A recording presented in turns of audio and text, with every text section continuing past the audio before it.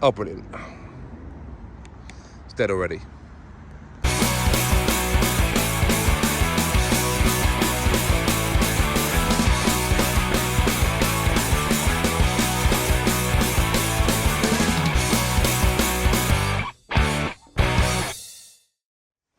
Hi everyone, welcome to the OAG RC. It's another day. It's another attempt at the Poor Boys RC Speed Run Challenge 2023. Last time out, things didn't go particularly well and we ended up setting our ESC on fire. We now have a replacement ESC, which, yeah, that's not so good in there, is it? That has been trialled at the moment. I haven't installed it. It is a Mtroniks Storm X ESC. Now, this one is supposed to be unlimited, and I think we're going to have a better result now it's on in the car. I did do a test rip. It was fine. I was supposed to be going out to try it, but it's raining, so we're probably not going to be going out today.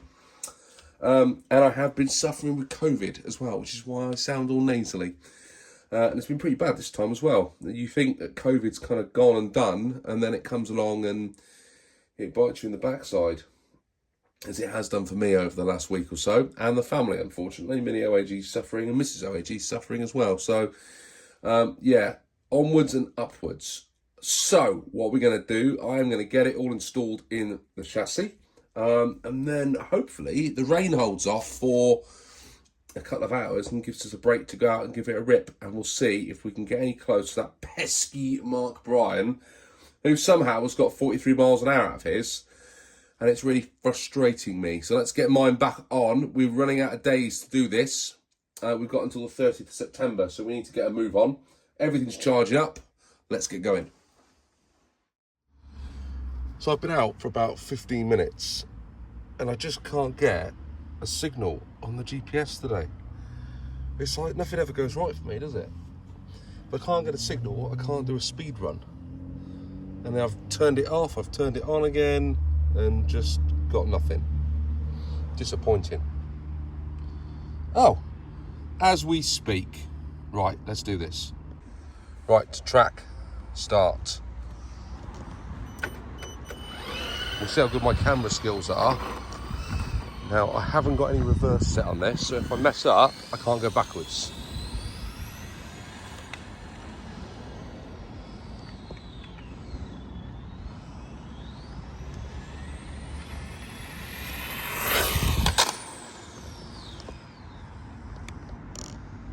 Oh, brilliant. It's dead already. We're back. It's not on fire, which is good. Stop.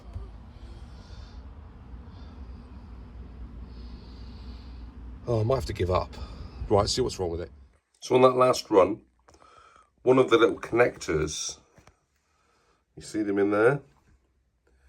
One of those there came loose, came out. They're held into the motor.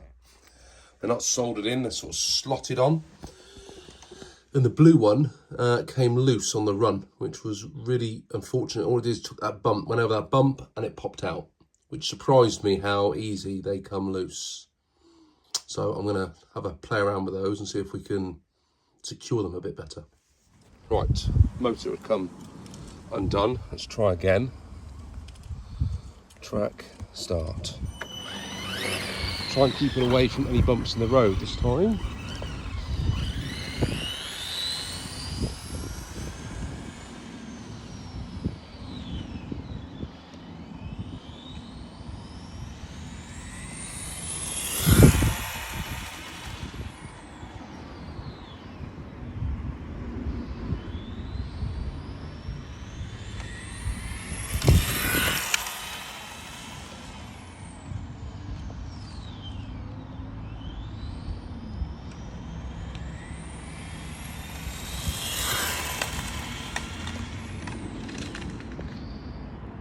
Let's bring it back in.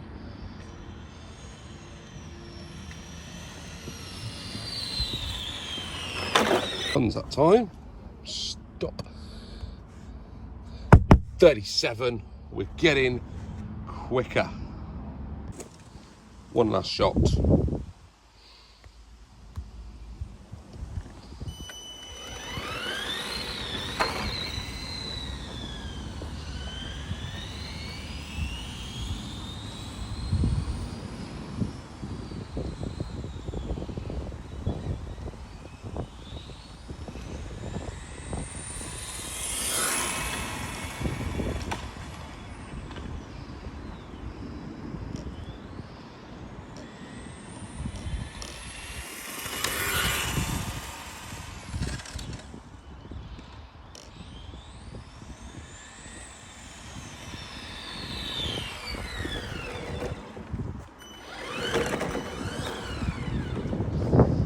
Let's see. The other issue I'm having is with the rear wheels. And you can see that under load, you can't see because I can't get in close enough, they're rubbing against the rear arms. Do you see? I think when it's under load, so it's all right there, if I put it down on the ground, you see now it's rubbing ever so slightly, and it's creating some friction at the back there. And I hadn't noticed that the whole time I've been running. It wasn't until I took the chassis up and looked at the wheels and saw the black on the rims that it suddenly connected as to why I've got this sort of weird binding happening. And when it's up at speed, if I sort of, you can see it rubbing all the way around the outside of that wheel. So I'm going to swap these rears back out and stick the other ones back on again. So that was the wider wheel, and that was the original wheel. So you can see the difference. Well, I experimented with some different video recording styles in this video and decided I've gone back to 60 frames a second because the experimental cinematography 24 frames a second looked a little bit rubbish basically for me. So I've gone back to how I was recording before. But sometimes if you don't play with these things, you don't understand how they look and whether they're going to be appropriate for what we do in the hobby. So I've got 37 mile an hour, which is a personal best, and I should be so much happier, but I'm disappointed because I think I left some out there. There was tank in the gas, to coin one of Phil's expressions, because these larger rimmed tyres, which I thought, sorry, they're not larger rims, they are wider wheels, which I thought putting on the rear, having seen that C11 chassis that my brother-in-law had, would give me more rear traction. But that was just a stupid idea, really, because actually what it did is it's been binding the rear wheel sets and slowing me down, which was not the anticipation of any of that. I've just tested it quickly on the bench without with the old original wheels on the back, and it spins up to speed so much quicker.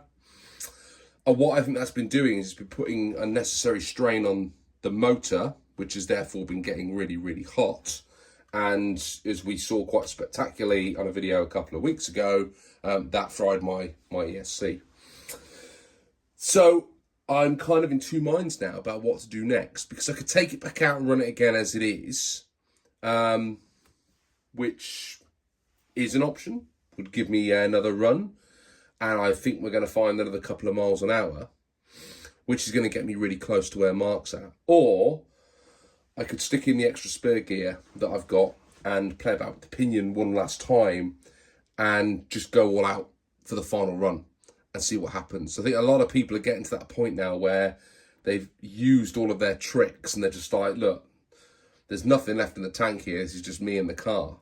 And I kind of want to get to that point, and the weather's starting to go against us. This is the first dry day we've had in ages, which is why I was able to get out. But really, you know, I'm still recovering from COVID. Probably wasn't the best time to be out and about, trying to do speed runs, you know, coughing and spluttering and whatnot. However, you know, we are going to get to a point where September is and will do what September does. And I don't want to miss a chance to get out and run. So tomorrow is dry again. So I think what I'm going to do is I'm going to whip this spur out, put the other one in, change the pinion, and just go and give it one last rip with absolutely everything. If we have a fire, we have a fire. If we have a crash, we have a crash. We just go all out and we see how much tank we've got left in the gas. Come on, guys, let's do it. That's me for now. See you on the next one.